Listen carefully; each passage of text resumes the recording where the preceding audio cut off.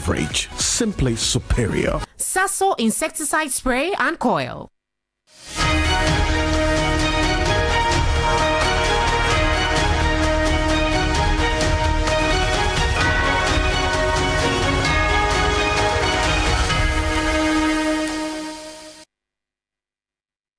Well, hello, good evening, welcome. This is Ghana Tonight. We are live from our news up at Desawe Kanda, also live on TV3 Ghana on Facebook and on DSTV channel 279. We're all across the world on 3news.com. I am Alfred Ocansey. Tonight, a new patriotic party rejects the Electoral Commission's decision to rerun the Ablekuma North Parliamentary election, insisting the power to order a rerun of an election lies with the courts, not with the Electoral Commission. We'll hear from them. Stay with us. That's the latest to this. Was topical in Parliament as well. Straight to the courts. Founder and leader of the Heaven Way Church, Evangelist Patricia Esiedua, popularly known as Nana Agradaa, jailed for 15 years. We have the details, including a legal analysis of how things played out in court earlier today. Stay with us. Also, Ghana's year-on-year inflation rate for June 2025 has dropped significantly to 13.7%, marking the lowest level recorded since December 2021. What are the real implications on cost of living? Because that's the question on the minds of a number of you. Why are still prices of goods and services high when inflation has been trending downwards consistently over the period? That's a question we're going to ask a man who understands how things are playing out. We have this, including your thoughts and more of their update on the high-profile cases that also had some hearing in court earlier today. You're an integral part of the conversation. Let's hear from you. The hashtag we're using is Ghana Tonight on Facebook.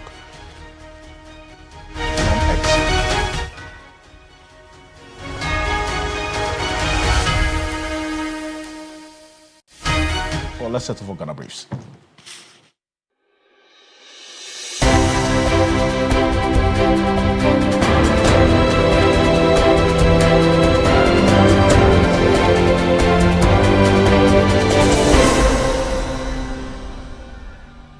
President John Mahama has charged 7 newly appointed Supreme Court justices to adorn their robes of office solemnly to repose the trust and confidence of the Ghanaian people. At the swearing-in ceremony at the Jubilee House, the president urged the depoliticization of the judiciary. We must protect our courts from political interference, economic manipulation, and public intimidation. An independent judiciary is not a threat to government. It is a partner in nation building. We need justices who are not swayed by popularity or pressure, but are anchored in the Constitution and driven by a genuine desire to uphold justice without fear or favor.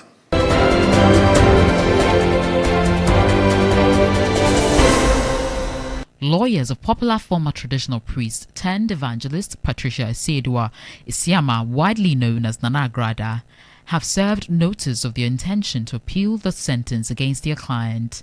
An Accra Circuit Court early on Thursday gave Nana Agradaa a 15-year jail term in hard labor after convicting her of multiple offences, including charlatanic advertisement. Lawyer for Agradaa, Richard Asare Bafo, shared his frustration on the decision of the courts. We will trigger processes on Monday. And we believe that the sentence of 15 years is just excessive. It's too excessive. It's too excessive. Yes. Even the amount involved is just 540 Ghana cedis. Yes. How can you, if you allege you have defrauded somebody for 540 cedis and then be convicted for 15 years?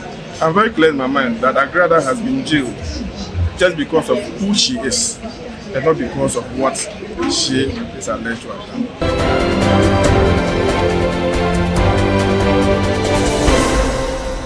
The Accra High Court has set July 18 to begin the trial of former Director General of the National Signals Bureau, Kwabena Idu-Boahene, and 3 others standing trial for allegedly stealing 49.1 million Ghana cedis from the state. The court earlier dismissed an application by lawyers of the accused persons demanding the disclosure of the full operational accounts of the national security from 1992 to date. Lawyer for Idu-Boahene, Samuel Etichia, noted that he will appeal the decision of the courts. What document is it in this realm that the Attorney General should not go and fetch? But it's convenient to hide some documents and bring some. And even those things that they've brought, they've removed some of the documents. What kind of trial is this? That Attorney General believes that there are certain documents they don't want to divulge. You know, a court of law should not aid evidence gathering, and we challenge it.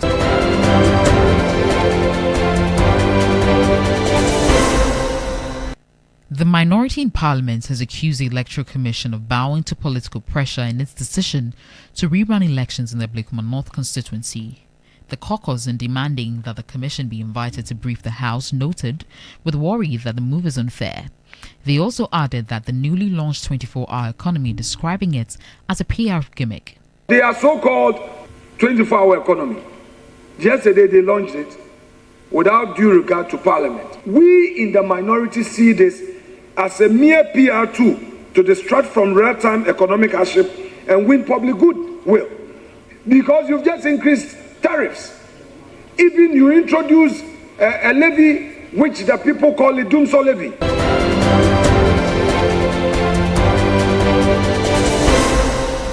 The National Misinformation and Disinformation Bill is expected to be presented before Parliament for review in its upcoming session. That's according to the Minister for Communication, Digital Technology and Innovation, Samuel Nati George. According to him, the bill is a crucial step in safeguarding Ghana's digital information ecosystem against falsehoods and harmful online content which threaten public trust, national security and democratic engagements. The ministry initiated a comprehensive internal review of all existing ICT laws, policies and guidelines in Q1 2025.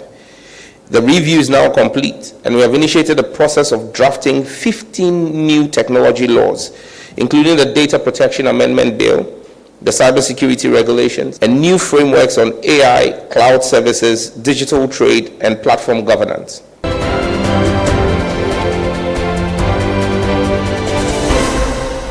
The Prime Minister of India, Narendra Modi, has described Ghana as a beacon of inspiration for the entire continent due to its commitment to the rule of law. He also extolled Ghana's first president, Osajifo Dr. Kwame Nkrumah. Narendra Modi was addressing Parliament as part of his state visit to Ghana. Ghana is known as the land of gold, not just for what lies under your soil, but as much for the warmth and strength in your heart.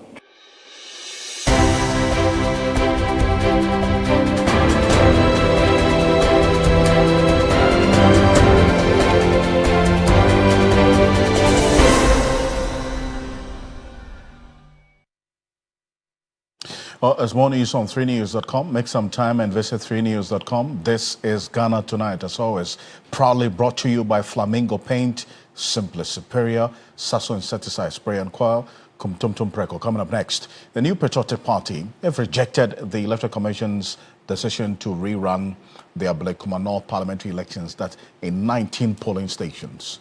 Right? That's a conversation we're going to get into shortly here on Ghana Tonight. But let's sink our teeth into this matter that has got a number of you talking, because the person at the center of this, and that's coming up next, the founder and leader of the Heaven Way Church, Evangelist Patricia Esiedua, popularly known as Nana Agradaa, she's been jailed 15 years.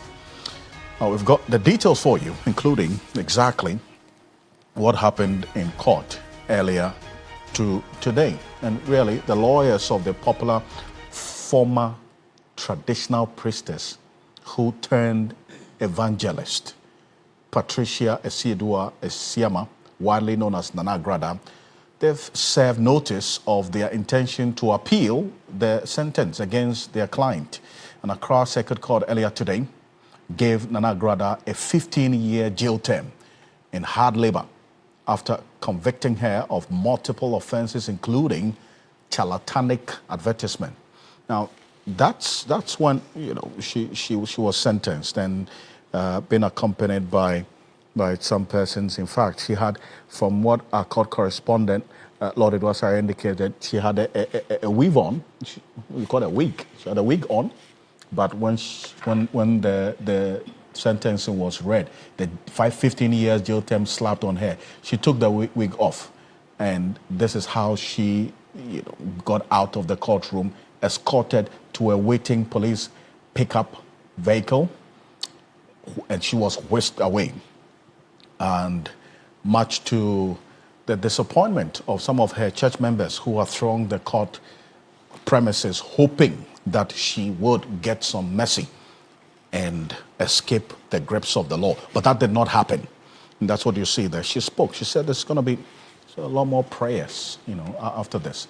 That's the founder and leader of the Heaven Way International Church.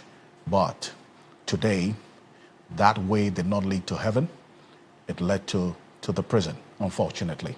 And Joseph Akable is with me in the studio right now. He's a legal affairs correspondent and monitored all what transpired in court earlier today. There's been some derivation, Joseph, it's always good to have you, as to exactly what were the issues at play that led to this 15 years slapped on Nana Agradaa, she's popularly known.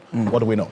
In fact, many have made reference. Quite recently, we know there's a court case that has been ongoing between her and a popular gospel musician. So many have made reference to it. They were confused as to how this ended up being a criminal matter. But that's what we're going to break down for you right now. And the point is that the case that was against her, you can see from the case title, is Republic versus Patricia Siedu alias Nana Agradaa. So this was purely a criminal matter, not the civil matter that is currently in court. And the facts that have been put out by the prosecution is what I'm going to walk you through now. So first, in terms of the charges against a charlatanic advertisement in newspapers contrary to Section 1371 of the Criminal Offence Act 1960, Act 29. Now, when we go through the facts, you realize that the facts have to do with publications on TV and social media.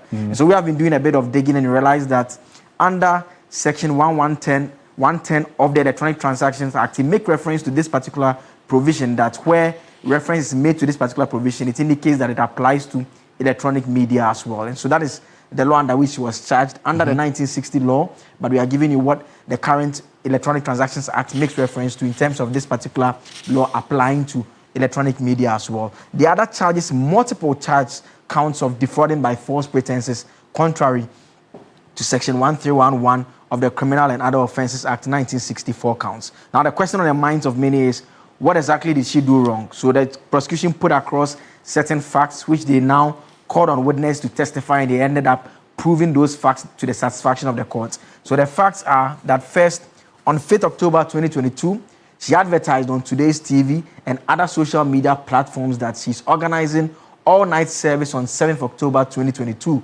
She indicated that she will share an amount of 300,000 cedis to all participants who needed money once they attended this particular all-night service. Now, she went on to say that she displayed bundles of money during that particular advert. And during the all-night service, on the day of the event itself, she directed members to form groups of 20 each. And each member was to pay various amounts with 1,000 cedis as the maximum. Now, you go a step further, the prosecution told the court that she announced that if the first 20 paid 1,000 cedis each, she will give them 50,000 to share. So you are forming groups of 20, maximum 1,000 cedis. They bring the 1,000 cedis to her. She's going to give them 50,000 cedis to share amongst themselves. So the 20 maximum, that's a minimum of 1,000.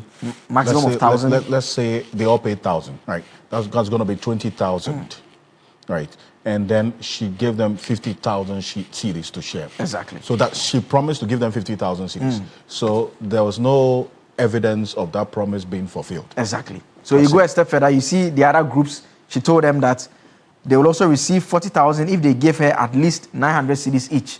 So it's basically, from what the prosecution is putting across, is that you are giving a little amount of money, you are going to get more back as a result of that. But the complainants, as a result of this representation, parted with various sums of money. And unfortunately, like you did indicate, they made a complaint that they did not receive any amount as she had promised. And so the court, after hearing from witnesses, some of whom were individuals who parted with various sums of money, came to the conclusion that she was guilty of the offences level against her. And then the court proceeded to hand down the sentence of 15 years in jail. There was a question about, there are some lawyers who had posited that 15 years for a first-time offender was too harsh. was it established in court that she is indeed not a first-time offender? In fact, the prosecution had indicated to the court that there was a previous case against her in which, in that particular instance, she was slapped with a fine. Instead of a jail term, she was slapped with a fine. And the thinking of the prosecution was that that is what resulted in this particular incident happening, because their view was that, well, it appears that was not deterrent enough. Again, the judge, in delivering the judgment, did make the point that, look, from the facts that have been put across, the judge says that she skillfully executed the crime, according to the judge. And the judge makes the point that she also did not show any remorse, for which reason the judge decided to impose that particular 15-year jail term. But we know that her lawyers are not impressed or happy about this particular development, and serving notice that they are going to file processes at the Court of Appeal to seek a review of the sentence that has been handed over by the Circuit Court. So she's not spending the night at home? Yes. She's in the coolest. Okay, so this is one I will keep an eye on and see how things play out. As you have indicated, her lawyers say they're going to appeal this ruling. But then again, a lot also happened in court as well today. And that's what we're getting into. One of the major cases we've been following quite closely as well, regarding the number of cases the Attorney General, Dr. Dominic Ayene, has been updating the nation on, regarding investigations into Kwabena Duboahene and matters arising. When exactly is the trial to begin? That's one of the major issues that happened in court today, is it not? Yes, Alfred, it's one other case, like you did indicate, that people are looking out for. The last time we did indicate that, you recall, an application had been made by the lawyers for the former National Signals Bureau boss. The application had been made that they wanted details of the operational accounts of the National Signals Bureau, National Security Operational Account for that matter, since 1992. Now, we know that there were some disclosures that were done which covered the 2017 period till now. They had insisted that they wanted from 1992. The court dismissed that application today.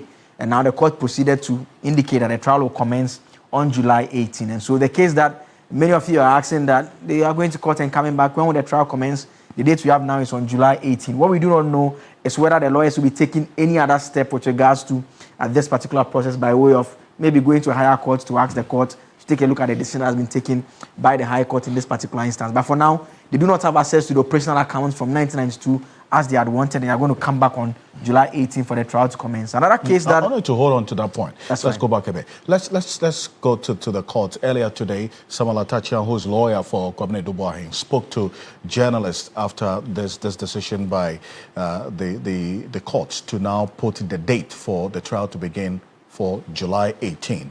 He was not too happy about it, as expected. But take a look at this. How was it that they were able to bring President Akufo-Addo's National Security Coordinator's operation account? Where did they get it from? Why is that the rest of the operational account, they don't want to bring it?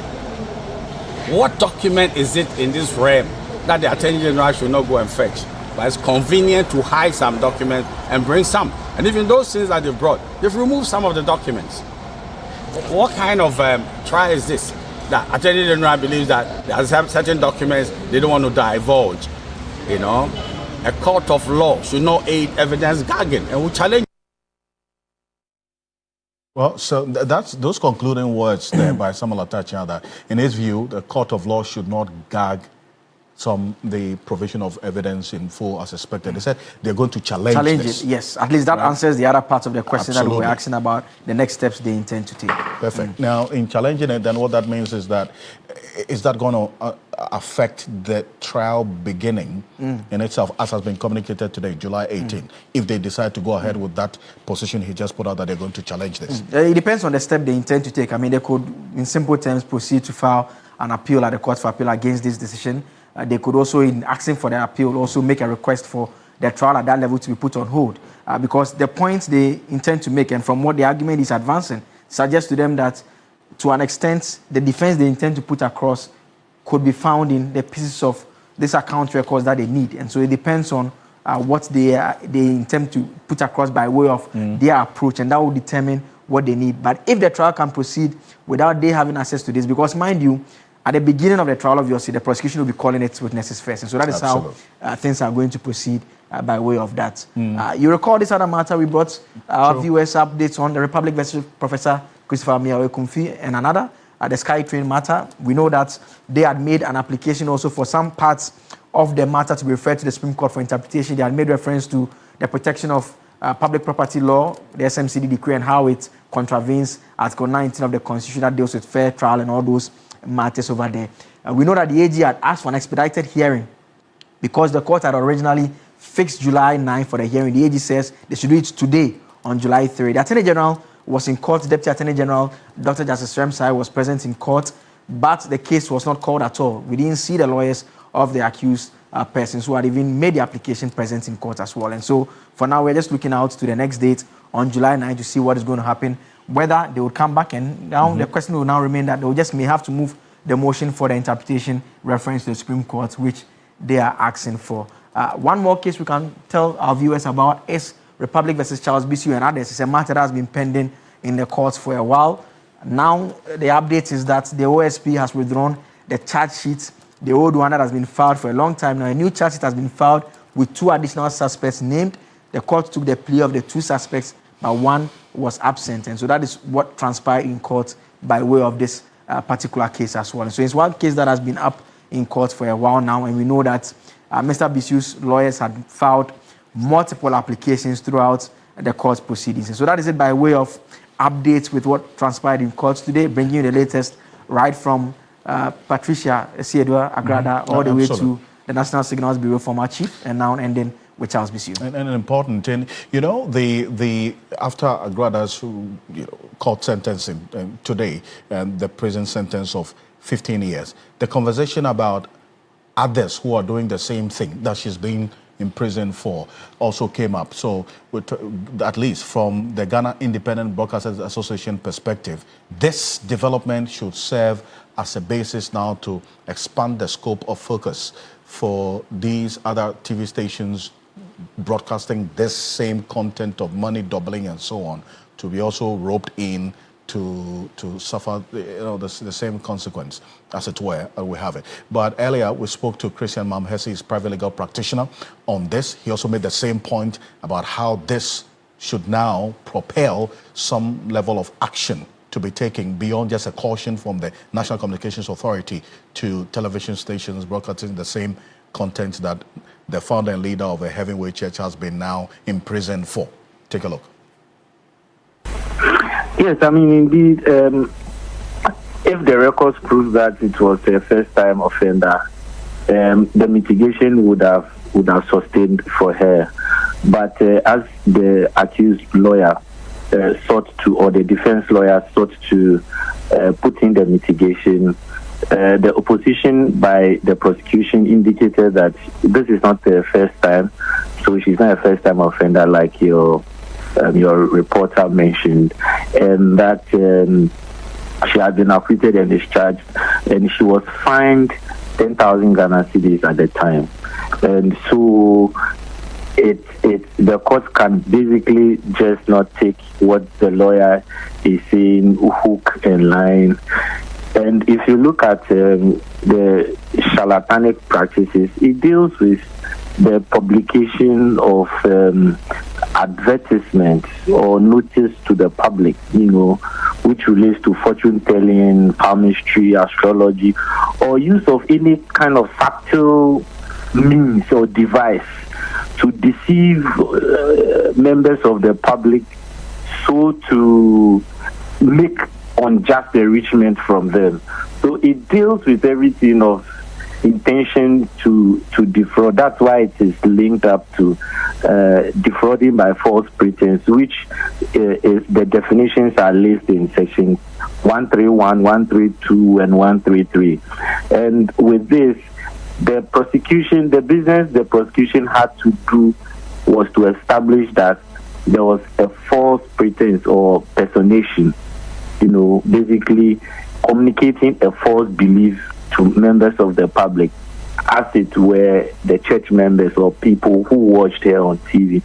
And also the mens rea, that's the intention to defraud, that they also had to prove that indeed she intentioned herself to deceive and obtain such unjust enrichment to herself, and that there was transfer of ownership. That is, the false pretense must be induced on the members or those who had the opportunity of that notice, and as a result of that, it induced the transfer of ownership of property to her, and that is what was discharged. It serves as a deterrent to some section of the clergy who sometimes use faith to exploit the masses. It is time and rife that the law works. Indeed, we have laws that govern all of these things. You cannot just use faith to procure unjust riches and believe that you surround yourself with macho men and service personnel who would protect you. When the law comes for you, it will pick you out of all of those people, and your freedom to associate, your freedom to worship would all be curtailed. Well, that's Christian Mamhesi, is private legal practitioner, sharing his thoughts there as well.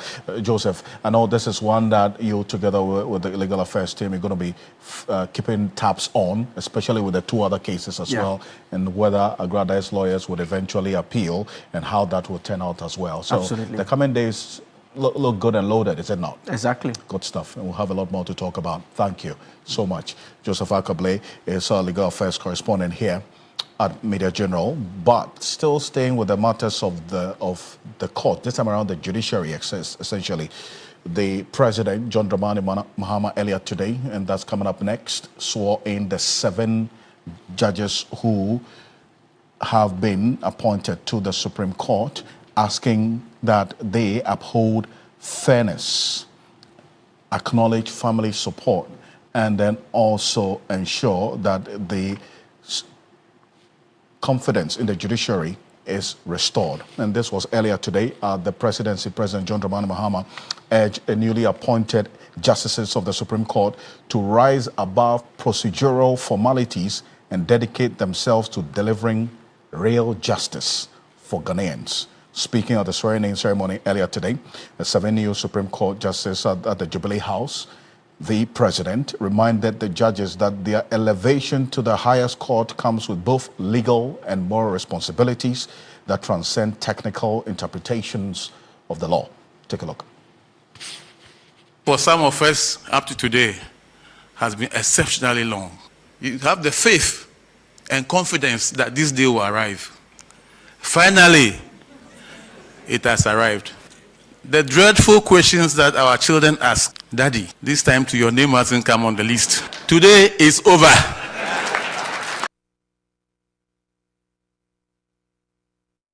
Well, so that's Justice Senor Dzamefe earlier.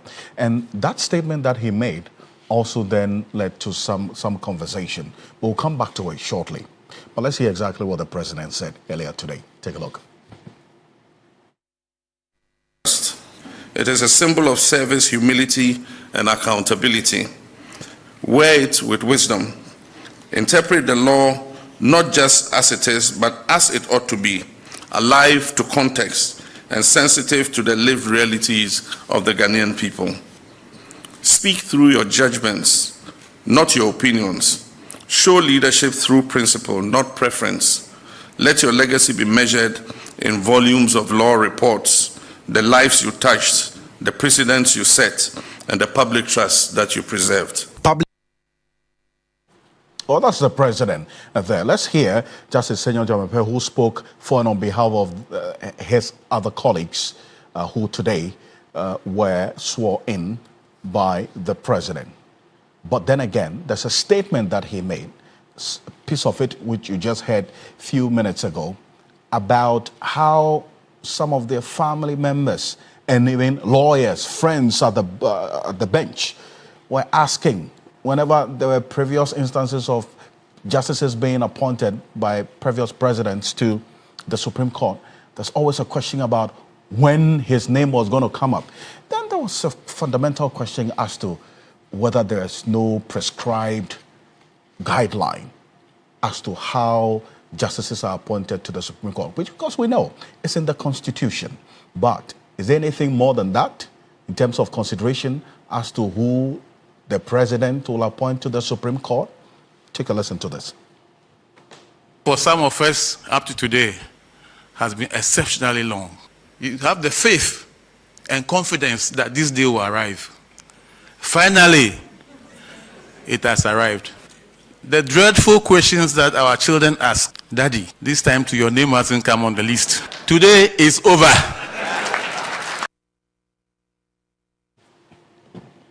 Well, this particular comment and also the applause that it received, and in fact, for Justice Dzamefe, as he indicated, for him and many others who align, is his record as longest serving, at least, is the one that cannot be contested at any point. But then again, why is it the case that if seniority is a factor in terms of the consideration of the president appointing justices to the Supreme Court, why did it have to, as he indicated, have to wait this long? What other considerations beyond the dictates of Article 128 of the 1992 Constitution that prescribes exactly the procedures that the president has to consider, and in fact, it has to go by in appointing justice to the Supreme Court? Specific detail of Article 128 of the 1992 Constitution. Martin Kpebo is private legal practitioner. He's joining us right now on Zoom for a conversation. Counsel, good evening. Thank you for joining us right now. But is there any specific consideration or convention, as it were, that guides the president in consultation with the Council of State and then also the Judicial Council in appointing justices to the Supreme Court? Reason why persons who are senior than others would not be appointed, and others who are junior will be appointed over and above the seniors. What goes into this? Okay, yes, there is the constitutional provision that stipulates what or the criteria the president should use in appointing Supreme Court justices. But naturally, beyond the Constitution, there are other factors that you won't find written down rigidly. So we'll come to that, but let's start with the Constitution. So Article 128 of the Constitution basically provides that the president will look at, for the candidate, for a person that the president intends to appoint to the Supreme Court, he should have a high moral character. That's one. Then two, proven integrity.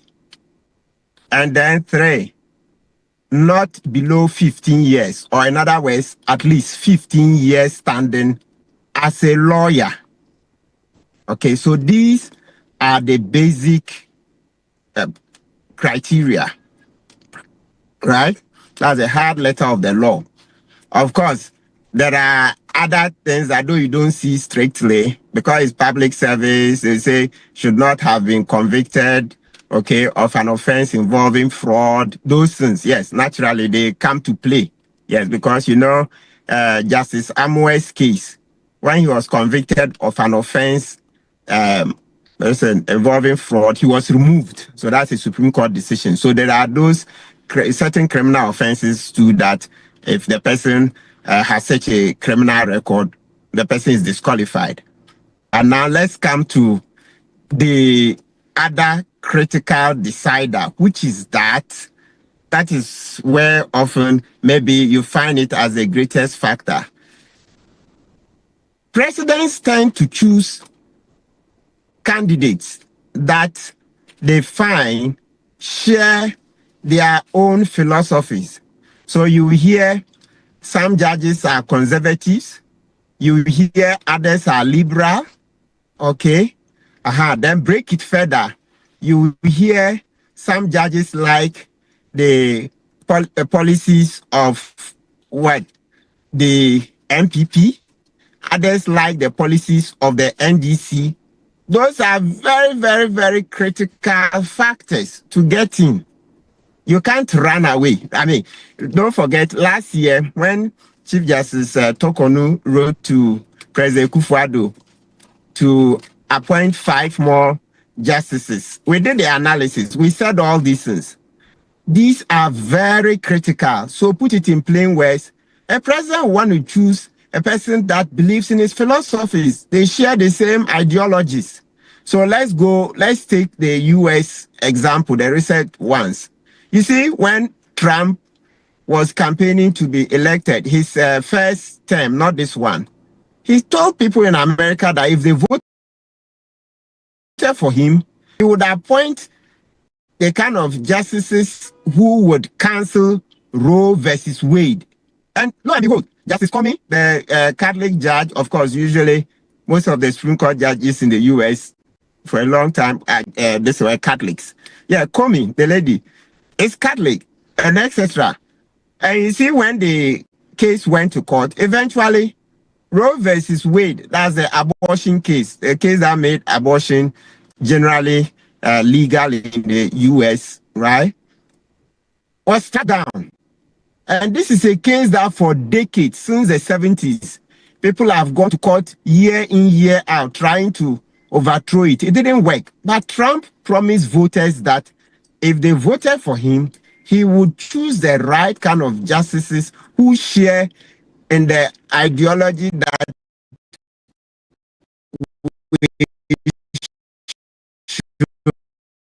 that's pro-life, the pro-life ideology. That is say, don't kill babies. Baby, once a woman conceives, it is life. You can never say that it only the fetus becomes life after certain weeks or no. For them, once you've conceived, that is life. So you see that example where a presidential candidate says something and he is given the mandate, then he goes to find the candidates, the Supreme Court justices who fit that bill, and boom, it is done. Yes, they are bolder because naturally, they are an advanced society, so they are able to do certain things more than we do. Otherwise, we are still a bit shy about some of these things.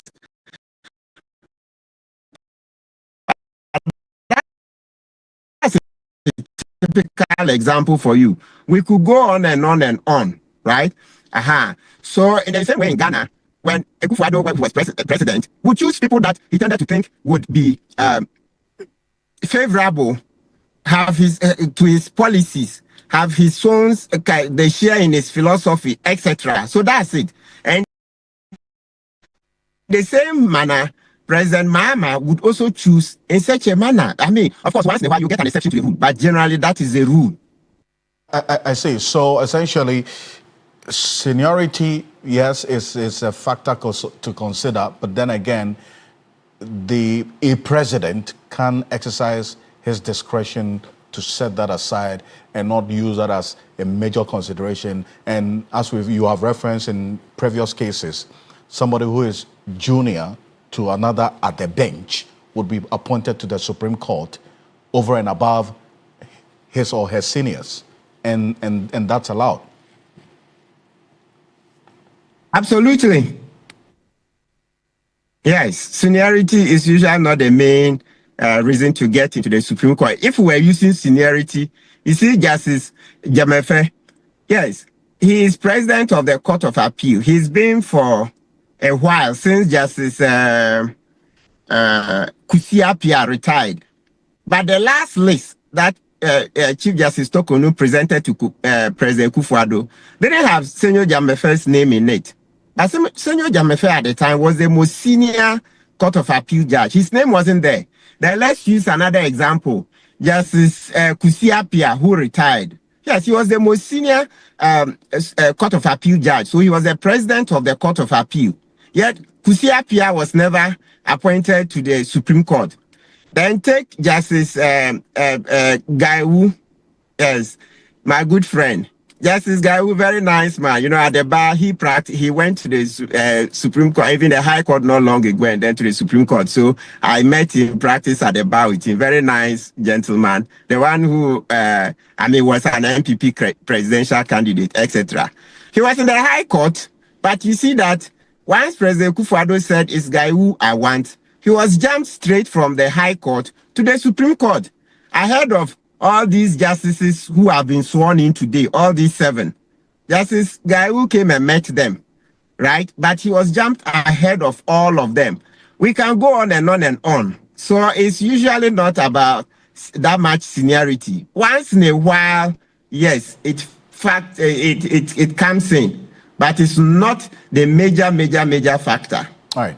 Council, appreciate your time on this, and thank you so much, as always, for coming through with your thoughts. Martin Pebo is private legal practitioner. This is Ghana Tonight. Coming up next, let's shift into politics, because the New Patriotic Party has rejected the Electoral Commission's decision to rerun the Blekoma North parliamentary election in the 19 polling stations on the 11th of July, insisting the power to order a rerun of an election lies with the courts, not the Electoral Commission. We'll hear exactly what the MPP said at the press conference earlier today, and that press conference was addressed by the General Secretary of the party. But before that, in Parliament today, for instance, the minority in Parliament accused the Electoral Commission of bowing to political pressure in its decision to rerun elections in the Blekoma North constituency 19 polling station. The caucus, in demanding that the commission be invited to brief the House, also noted with worry that the move is unfair. This is Alexander Penyumakin earlier today. Take a look. A member of this House filed an urgent question, which question compelled the EC to come here. A lot of supplementary questions were asked.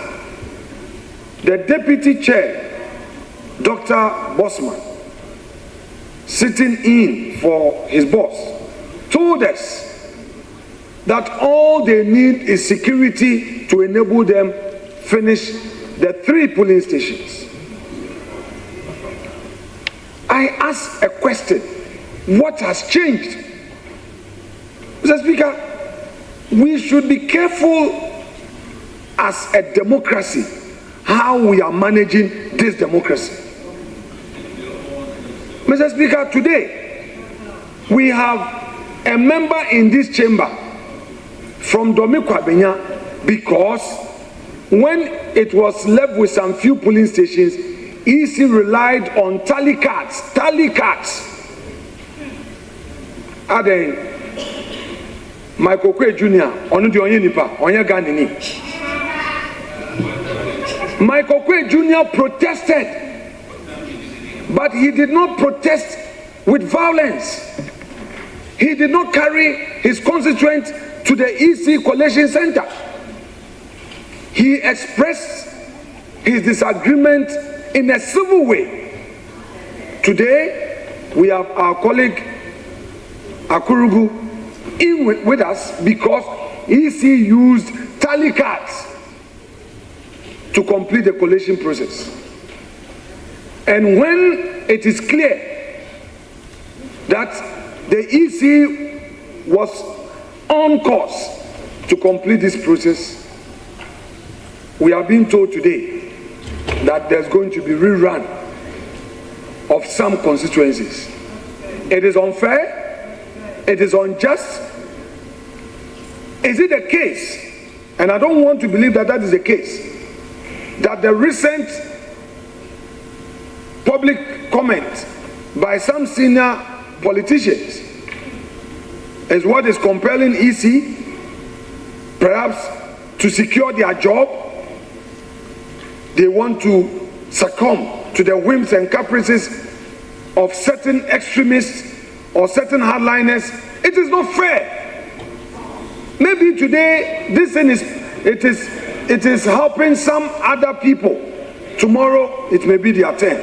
Mr. Speaker, with all of this said, I would humbly plead with my colleague opposite me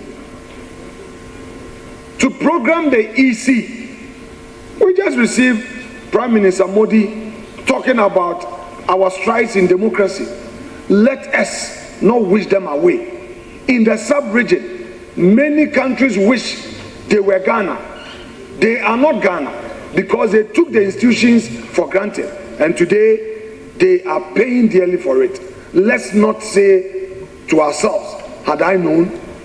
EC must come here and brief us why, in spite of their being unequivocal, they have now changed course. Well, There was a response by Mama Yarga, but we'll get that in a bit, because the New Patriotic Party itself also questioned the authority of the Electoral Commission to order a rerun in the 19 polling stations in the Ablekuma North constituency. Justin Frimpong-Kodia, the General Secretary of the party, addressed the press earlier today, indicating they've instructed their lawyers to take action on this. Take a look. Under the law, it is only a court of competent jurisdiction that can order a rerun of elections duly conducted by the Electoral Commission. So the Electoral Commission has no power, no authority to determine a rerun for Ablekuma North, except by the court. Except by the court. In any case, we have evidence that some of these presiding officers were in fact at the collation center, and where they verified the results from their polling stations. We are a nation of rule of law. We owe it to our dear country Ghana and prosperity to rise above our parochial or partisan considerations in order to defend our democratic gains. We in the MPP shall stop at nothing in our quest to ensure that the powers that must be respected and upheld by the democratic right and sovereignty of the good people of Ablekuma North, as expressed by them on 7th of December 2024. Well, but the majority in Parliament hold a different view, essentially the NDC by extension. Mahama Yarga is the majority leader. He's indicated that the Electoral Commission did the right thing in the decision to rerun elections in the 19 polling stations in Ablekuma North. Take a look. The Electoral Commission is saying that their own presiding officers did not verify the 19 polling stations. And because their presiding officer did not verify the 19 polling stations, they don't think that those polling station results should be used. And that is why they are deciding to rerun those 19 polling stations. You made reference to the presentations made by the EC in this house. If you recall, after the EC's presentation, I drew the attention to the fact that the matter in contention was the issue of verification of the pink sheets, the scanned ones, and that their own presiding officers did not verify the pink sheets. And that day he was calling on this house to help them to have security to collect the results. And I said that for this house to help you, this house has to verify that what you are telling us is true. And I know because everything happened on television and the presiding officers did not verify those pink sheets. So if you want us to help you, we will conduct an inquiry in this house. And if we establish that your own presiding officers verify those pink sheets, then we will direct the police to come and provide you with the protection you need to collect the results. This is what has made them to go back, think over it, and now decide that they have to come clean on the fact that their own presiding officers did not verify the scanned pink sheets. And if the scanned pink sheets were not verified by their own presiding officers, on what basis should that be used?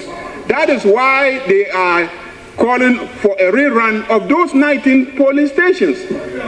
I don't know why you are afraid. Why are you afraid? Why are you afraid?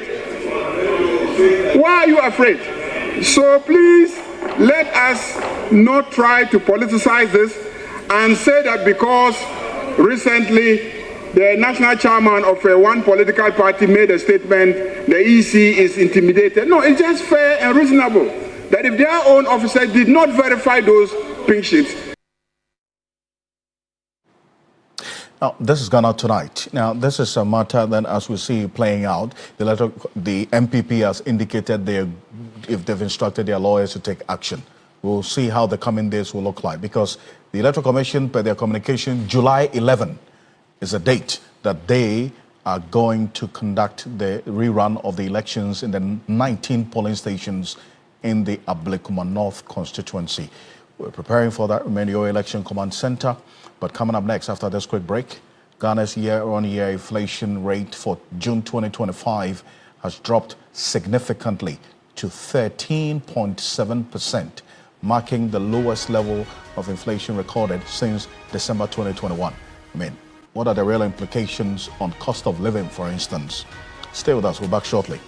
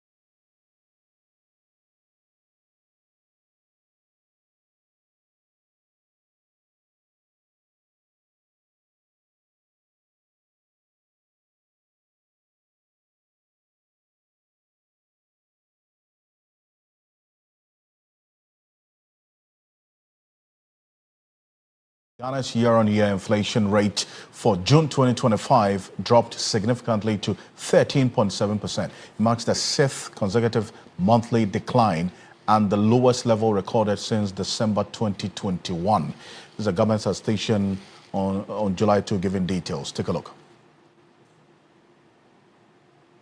General price level fell by 1.2% between May and June 2025. This means that Ghanaians paid less for goods and services in June than they did in May 2025.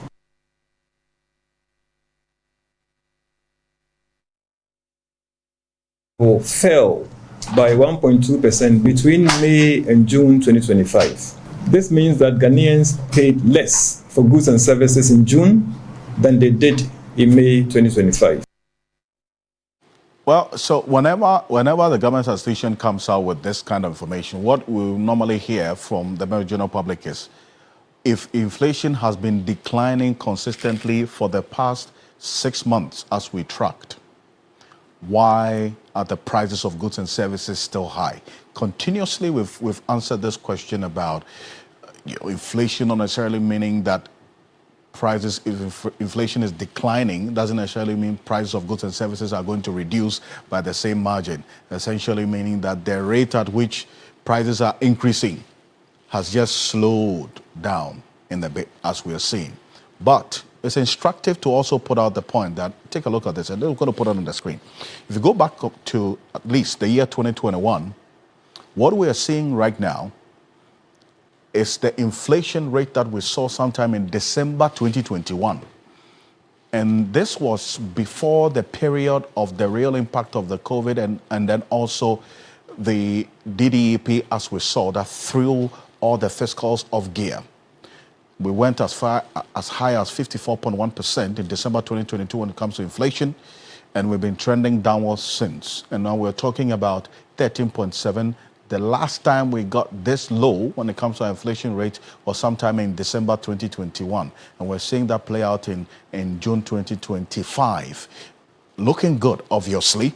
But then again, for you who is watching, the only way this is going to make sense to you is how it translates into the reduction in the cost of living. Joe Jackson is Delex Finance CEO and a financial analyst is joining us. Mr. Jackson, has it gotten to the point that maybe beyond what the media does in trying to explain the real impact of inflation on our lives, maybe the Ghana Fiscal Service, after putting out their statistics as to how inflation is declining, could also add the real impact so that people would not have high expectations and continue to ask questions about price of goods and services still being high, even though inflation is declining?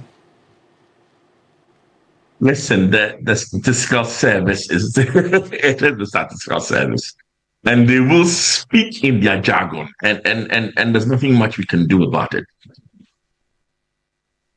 It's important for you and I to communicate to the public what inflation really means.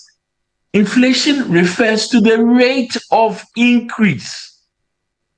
So instead of inflation going up with speed, it is now rising slowly.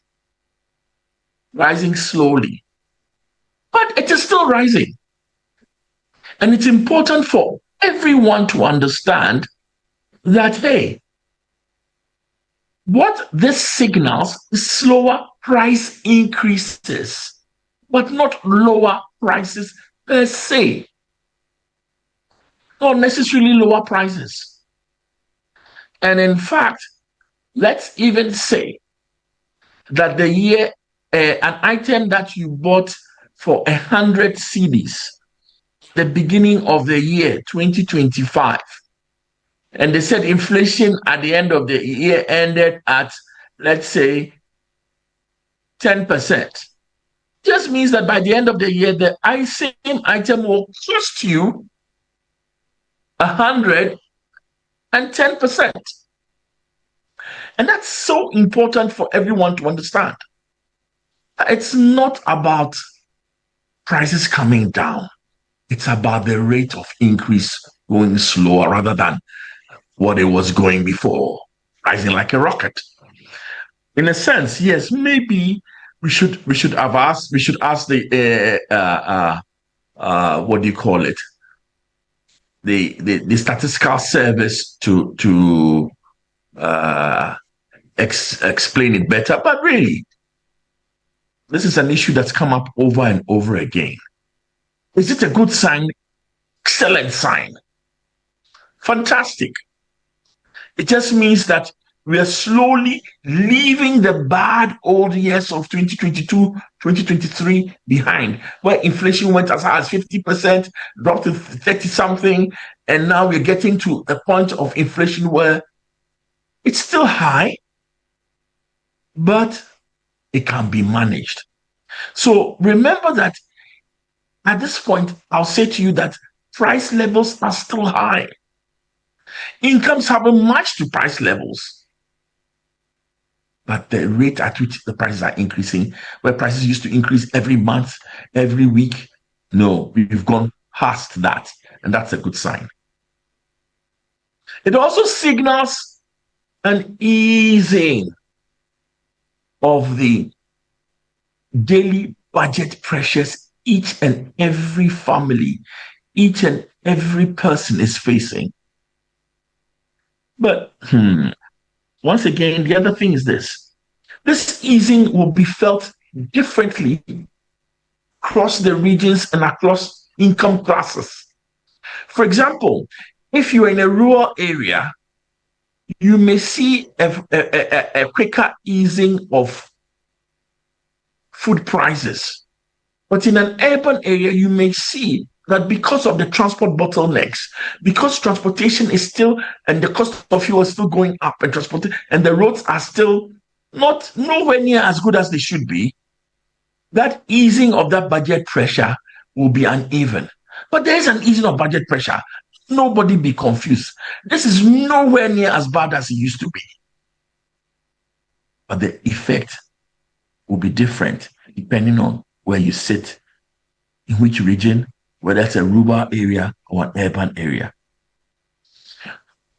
Another good thing is that potentially rates will drop. Unfortunately, we lost Joe Jackson there. And in fact, you made the point quite clearly, Mr. Jackson, about the real effect of all of this in the coming months. And this is a conversation we're going to continue to have as well, especially how this should influence the Monetary Policy Committee's decision on the policy rate as well, which has been stayed, for a while now. And the businesses, private sector are expecting that this downward trend of the inflation rate would influence policy rate also going down. That will also impact on cost of credit, and the trickle-down effect will be felt at least in the economy as we are seeing it. But thank you. He's the CEO of Delex Finance as well as a financial analyst. On behalf of the rest of the team, we do thank you so much for staying with us here on Ghana Tonight. Tomorrow is a holiday, but we will be here to have a conversation with you. So make a date. I'm Alfred Ocansey. Have a good night. Tonight is brought to you by Flamingo Paint.